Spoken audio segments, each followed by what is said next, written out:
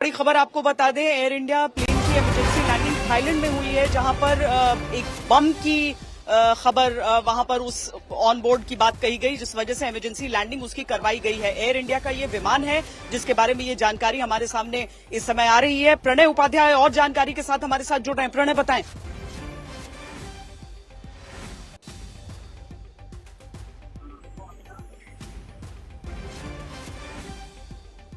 ठीक है, फुकेट से दिल्ली की उड़ान भर रहा था एयर इंडिया विमान में 156 यात्री सवार थे।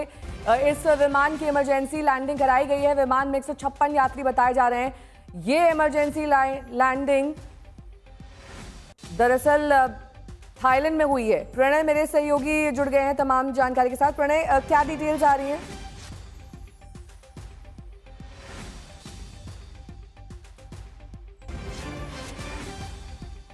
AI379 विमान संख्या 156 यात्री इसमें सवार थे। बम की धमकी के बाद इसे इमरजेंसी लैंडिंग करानी पड़ी है। थाईलैंड में इसकी इमरजेंसी लैंडिंग हुई है।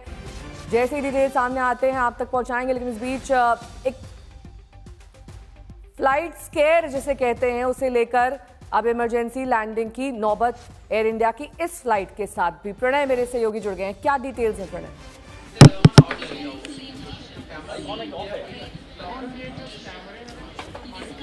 जी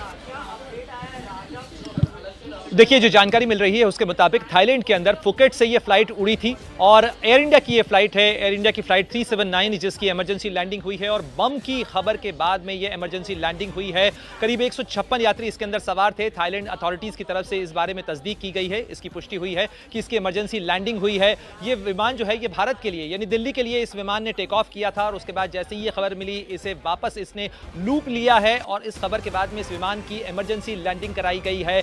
ये सक्सेसफुली दूसरे दिन की ऐसी खबर है जो कि विमान से जुड़ी हुई है, एयर इंडिया से जुड़ी हुई है। और इसके बाद में जो लगातार इस चीज़ की आशंकाएं आ रही थी कि कहीं कोई सैबोटेज एंगल तो नहीं है। जाहिर तौर पर जो भारतीय एजेंसियां हैं वो इस मामले की भी जांच कर रही होंगी, क्योंकि इस समय में इन तमाम जांच के बीच में किसी भी एंगल को इस समय रूल आउट नहीं किया जा सकता है। लेकिन थाईलैंड के अंदर भारतीय जो पर्यटक होते हैं वो बड़ी संख्या के अंदर थाईलैंड जाते हैं। ये काफ़ी कॉमन और काफ़ी पॉपुलर